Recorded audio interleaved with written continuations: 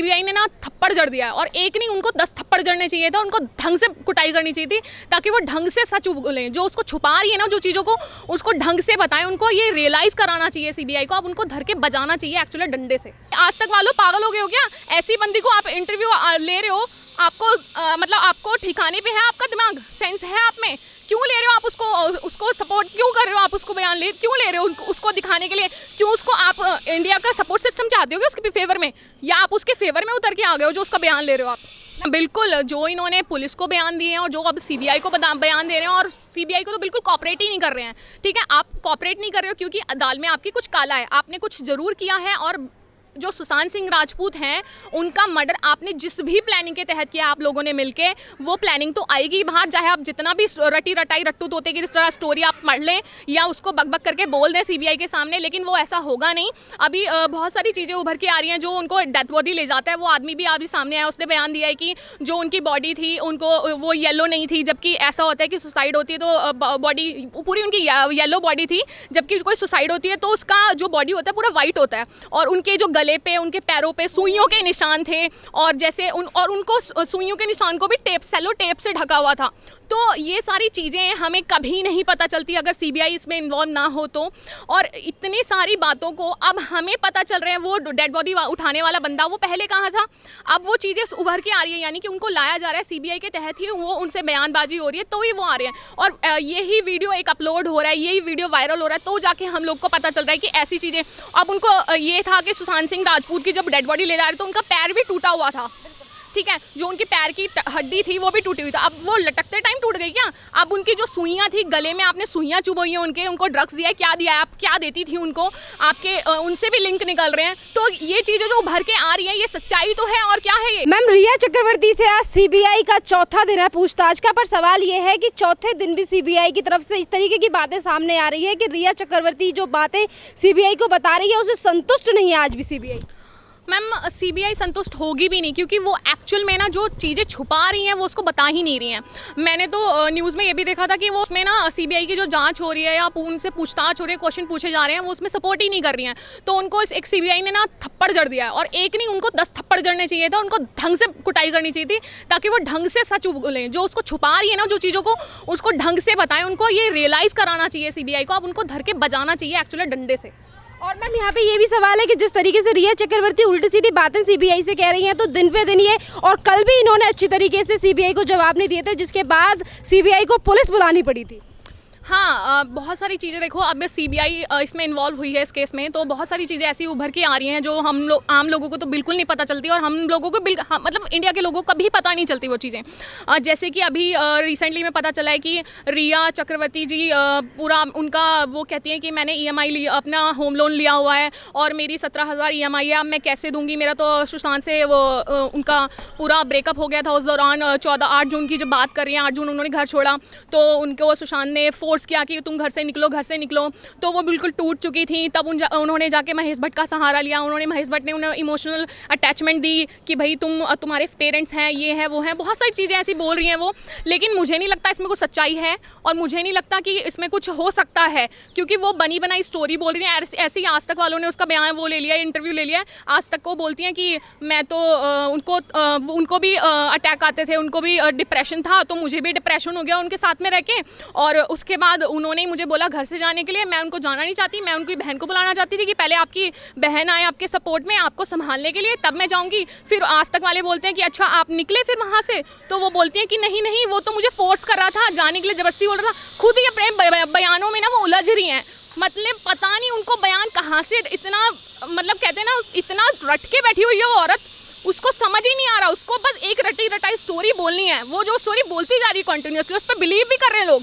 क्यों बिलीव कर रहे हो भाई? आज तक वालों पागल हो गए हो क्या? ऐसी बंदी को आप इंटरव्यू ले रहे हो, आपको मतलब आपको ठिकाने पे है आपका दिमाग, सेंस है आप में? क्यों ले रहे हो आप उसको सपोर्ट क्यों कर रहे हो? आप उसको बयान क्यों ले रहे हो उसको दिखाने के लिए? क्यों उसको आप इंडिया का सपोर्ट सिस्टम चाहते हो उसके फेवर में, या आप उसके फेवर में उतर के आ गए हो जो उसका बयान ले रहे हो आप? मैम, यहाँ पे सवाल जो आपने ये वाली चीज़ कही कि रिया चक्रवर्ती ने लोन लिया है जिसके लिए वो 17,000 रुपये हर महीने चुका रही हैं, वो किस तरीके से चुकाएंगी। बात यहाँ पे ये भी सामने आ रही है, जब इनसे ये पूछा जाता है, सिद्धार्थ पिठानी ने ये बात बताई है कि रिया चक्रवर्ती का हर खर्चा उठाया करता था सुशांत सिंह राजपूत, और यहाँ पे मना कर दिया। रिया चक्रवर्ती ने कहा मैं एक पैसा नहीं लेती थी और सुशांत सिंह राजपूत ने सिर्फ एक बार पैसे दिए थे मेरे हेयर और मेकअप के। जो लड़की 17,000 रुपये EMI भर रही है वो 35,000 रुपये का मेकअप और बाल बनवाती है। रिया चक्रवर्ती जैसी लेडी को मैं तो नहीं जानती थी, कोई नहीं जानता होगा जहाँ तक मैं जानती हूँ। वो उसका कैरियर कहाँ है, उसने कौन सी फिल्म किया, कौन सी फिल्म में वो हीरोइन रही है, मुझे तो आज तक यही नहीं पता। तो फिर उसकी इनकम कहाँ से होगी? इनकम अगर उसकी थोड़ी बहुत है भी तो उसने लोन लिया हुआ, उसकी EMI 17,000 रुपये, आपने वकील किया हुआ 10 लाख रुपये पर डे का। आपकी 17,000 EMI आप नहीं भर सकते हो, लेकिन पर डे का आप 10 लाख रुपये वकील हायर कर सकते हो। तो वो इनकम कौन आपको पे कर रहा है? यानी कि आपके जो पीछे गैंग में बैठे हुए हैं, यानी कि वही आपका, तो आप EMI भी उन्हीं को बोल दो कि EMI भी वही भर देंगे।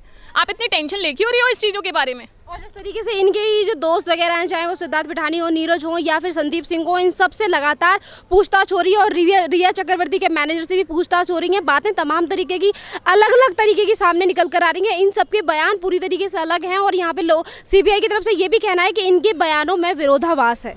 हाँ बिल्कुल, जो इन्होंने पुलिस को बयान दिए हैं और जो अब CBI को बयान दे रहे हैं, और CBI को तो बिल्कुल कॉपरेट ही नहीं कर रहे हैं। ठीक है, आप कॉपरेट नहीं कर रहे हो क्योंकि दाल में आपकी कुछ काला है, आपने कुछ ज़रूर किया है। और जो सुशांत सिंह राजपूत हैं उनका मर्डर आपने जिस भी प्लानिंग के तहत किया आप लोगों ने मिलके, वो प्लानिंग तो आएगी बाहर, चाहे आप जितना भी रट्टू तोते की तरह स्टोरी आप पढ़ लें या उसको बक करके बोल दें CBI के सामने, लेकिन वो ऐसा होगा नहीं। अभी बहुत सारी चीज़ें उभर के आ रही हैं। जो उनको डेथ बॉडी ले जाता है वो आदमी भी अभी सामने आया, उसने बयान दिया है कि जो उनकी बॉडी थी उनको वो येलो नहीं थी, जबकि ऐसा होता है कि सुसाइड होती है तो बॉडी पूरी उनकी येलो बॉडी थी, जबकि कोई सुसाइड होती है तो उसका जो बॉडी होता है पूरा वाइट होता है। और उनके जो गले पे, उनके पैरों पे सुइयों के निशान थे, और जैसे उनको सुइयों के निशान को भी सेलो टेप से ढका हुआ था। तो ये सारी चीज़ें हमें कभी नहीं पता चलती अगर CBI इसमें इन्वॉल्व ना हो तो। और इतनी सारी बातों को अब हमें पता चल रहे हैं। वो डेड बॉडी उठाने वाला बंदा वो पहले कहाँ था, अब वो चीज़ें उभर के आ रही है, यानी कि उनको लाया जा रहा है CBI के तहत ही, वो उनसे बयानबाजी हो रही है तो ही वो आ रहे हैं। और यही वीडियो एक अपलोड हो रहा है, यही वीडियो वायरल हो रहा है, तो जाके हम लोग को पता चल रहा है कि ऐसी चीज़ें। अब उनको ये था कि सुशांत सिंह राजपूत की जब डेड बॉडी ले जा रहे तो उनका पैर भी टूटा हुआ था। ठीक है, जो उनकी पैर की हड्डी थी वो भी टूटी हुई था। अब वो लटकते टाइम टूट गई क्या? अब उनकी जो सुइयाँ थी गले में, आपने सुइयाँ चुभोई हैं उनको ड्रग्स दिया है, क्या दिया है, आप क्या देती थी उनको, आपके उनसे भी लिंक निकल रहे हैं। तो ये चीज़ें जो उभर के आ रही है ये सच्चाई तो है, और क्या है ये।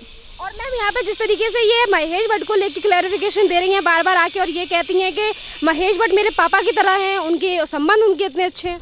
हाँ, वो आज तक के इंटरव्यू मैंने भी उनका सुना कि वो बोलती हैं कि क्या मैं जब टूटूं तो क्या मैं हेल्प भी नहीं ले सकती, क्या मैं जब बिखरूं तो क्या वो मेरे फादर फिगर हैं, क्या वो मेरी हेल्प भी नहीं कर सकते, उनकी बेटी मेरी उम्र की है। यार आप देखो महेश भट्ट का कैरेक्टर कैसा है। महेश भट्ट को आप जैसी लड़कियां चाहिए, उसको न्यूड फोटोशूट कराने के लिए आप जैसी लड़कियां ही चाहिए, उसे गोद में बिठाने के लिए। जिसने अपनी बेटी तक को नहीं छोड़ा, वो बंदा ये बयान कर चुका है एक टाइम पे कि अगर मेरी ये बेटी ना होती तो मैं इससे शादी कर लेता। तो वो तुम्हें क्या छोड़ेगा? और तुम बोल ही तो रही हो वो फादर फिगर है, लेकिन वो फादर फिगर अगर आपके फोटो से एक बेटी अपने बाप के साथ कैसे फोटोशूट करा, ये तो सबको पता है, ये पूरा इंडिया जानता है। और यहाँ पे जितना हम लोग फॉलो करते हैं ना बाप बेटी के रिश्ते को हम किस नज़रिए से देखते हैं, वो नज़रिया आपके रिश्ते में तो बिल्कुल नहीं है मैडम। और मैम यहाँ पे जिस तरीके से अब ड्रग्स वाला जो एंगल सामने आ रहा है, इसको लेकर तमाम तरीके की चीज़ें सामने आ रही हैं। जो गौरव आर्य है अब उससे भी पूछताछ होगी CBI की, वो भी यहाँ पे मुंबई पहुँच चुका है। तो उस लड़के ने ये कहा है कि मैं रिया चक्रवर्ती से 2017 में मिला था। और यहाँ पे जो ड्रग्स की बात सामने आई है ये है कि रिया चक्रवर्ती ने कहा कि मैं ड्रग्स नहीं लेती, तो फिर ये ड्रग्स डीलर गौरव आर्य से मिली क्यों? हाँ बिल्कुल, अगर आप ड्रग्स नहीं लेते हो तो आप क्यों मिले उनसे जाके? बिल्कुल। और जो उनके कनेक्शन है, जो उनके कॉल डिटेल्स हैं, जो उनकी चैट्स हैं, व्हाट्सएप चैट्स हैं, वो सारी उन ड्रग्स लिंक्स के साथ निकली हुई हैं। क्यों निकली हुई हैं? आपके रिलेशन नहीं थे, डेवलप नहीं हुए, तो आपके ये चैट्स कहाँ से आ गई, ये कॉल डिटेल्स कहाँ से आ गई, आपके वो मित्र कैसे बन गए, आपकी जान पहचान कैसे हो गई? फिर ऐसे लोगों से आपके बात करने का मतलब ही नहीं बनता ना। आप अगर ड्रग्स नहीं लेते हो तो ऐसे लोगों के कॉन्टैक्ट में नहीं आना चाहिए फिर आपको। यानी कि आप झूठ बोल रहे हो, कहीं ना कहीं आप सच छुपा रहे हो, चीज़ों को छुपा रहे हो। एक तरफ तो ये ऐसे चैनलों पे जाती हैं इंटरव्यू के लिए, आज तक होता है और फिर उसके बाद NDTV होता है, और उसके बाद जिस इंसान से ये दावा करती हैं कि उससे मैं बहुत प्यार करती थी, मैं उसे बेबी बोलती थी, मैं चाहती थी कि छोटा सुशांत हमें चाहिए, इस तरीके की तमाम बातें इन्होंने इन इंटरव्यू में बताई। और उसी लड़के को ये बदनाम करने की कोशिश करती हैं, उसी प्रेमी को बदनाम करने की कोशिश करती हैं और कहती हैं वो ड्रग्स लेता था, मैं ड्रग्स नहीं लेती थी और मैं रोकती थी उसे ड्रग्स लेने से। मैडम उसने तो बहुत कुछ बोला है, उसने तो उसके घर को ही हॉन्टेड प्लेस बना दिया था। वो बोलती है कि ये सुशांत सिंह राजपूत जो है वो एक जो घूमने वाला जो टूर ट्रिप होता है, यूरोप ट्रिप था, वो बनाने से पहले मुझे किसी कंपनी का ऑफर आता है और उन्होंने मुझे बाकायदा टिकटें भी दी हैं।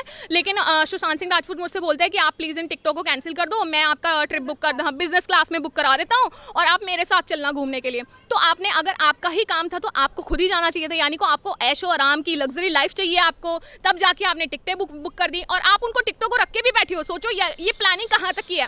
आपने व्हाट्सएप चैट रखी हुई है, आपने उनके जो फ्रेंड है उसकी चैट भी रखी हुई है, अब जाके आप वायरल कर रही हैं। यानी कि आप उस सबूतों को इकट्ठा कर रही थी कि कल को मैं सुशांत सिंह राजपूत का ये चैट मेरे काम आएगी, ये सारे जो बिल हैं, ये टिकटें हैं, ये सारी चीज़ें मेरे काम आने वाली हैं। तो आप तभी तो आज तक पे खुलेआम बोल रही हैं कि मैं तो टिकटें संभाल के रखी हुई हैं, मैंने तो चैट भी संभाल के रखी हुई है, मैंने तो ये भी संभाल के। आप हर चीज़ प्लानिंग के तहत कर रहे हो मैडम, तभी तो आप हर चीज़ संभाल के रख रहे हो, वरना आम बंदे को तो पता ही नहीं होता ये टिकटें भी काम आने वाली हैं। मैम यहाँ पे तमाम तरीके की, जिस तरीके की बात आपने कही, यहाँ पे तमाम जो लोग हैं जो हमारा चैनल देखते हैं और रोज़ की जो न्यूज़ फॉलो करते हैं, उनकी तरफ से एक सवाल ये भी है कि जिस तरीके से रिया आके इंटरव्यू में अपनी क्लैरिफिकेशन साफ देती है और अपने आप को निर्दोष साबित करने की कोशिश करती है, जिस तरीके से इन्होंने सारी चीज़ें बताई हैं कि वो होटल था, ये जगह थी, तो ये तो एक नॉर्मल आदमी को कभी याद ही नहीं रह पाती हैं कि हम कहाँ घूम के। बिल्कुल, उनको जितनी छोटी उनको इनफेक्ट वो कहती हैं कि इनको अब फ्लाइट में बैठने से डर लगता था और वो कोई दवाई लेते थे, जो कि मैंने आज तक में उनका सुना भी, मुझे याद नहीं है नॉर्मल, क्योंकि मेरे को नहीं, मैंने कभी सुनी नहीं, तो मेरे को याद कहाँ से रहेगा। उन्होंने देखा, उनको याद भी हो गया और उन्होंने आज तक चैनल को, अभी तक याद है उस बंदी को नाम, और आज तक चैनल में इंटरव्यू के दौरान उन्होंने बोल भी दिया। सोचो कितनी अच्छी याददाश्त उन मैडम की कि उनको दवाई का नाम, उनको टिकटों के नाम, हर चीज़ का नाम याद है बंदी को। ठीक है, अब ये भी देखिए कि वो जिस होटल में रुका है उसको भी हॉन्टेड बना दिया, उसका घर तो हॉन्टेड था ही, और उसको बोलती है कि फ्लाइट में बैठने से उसको फोबिया है कि फ्लाइट में नहीं बैठ सकता। ठीक है, अब अंकिता लोखंडे हैं, उनकी एक्स जो गर्लफ्रेंड थी, उन्होंने एक वीडियो वायरल किया जिसमें वो प्लेन उड़ाते हुए नजर आ रहे हैं। उनको कितना जिंदा दिली थी उनको प्लेन से या नासा से या जो भी कहें, उनको अंतरिक्ष से कितना लगाव था। तो ऐसे बंदे को क्या प्लेन से डर लगेगा?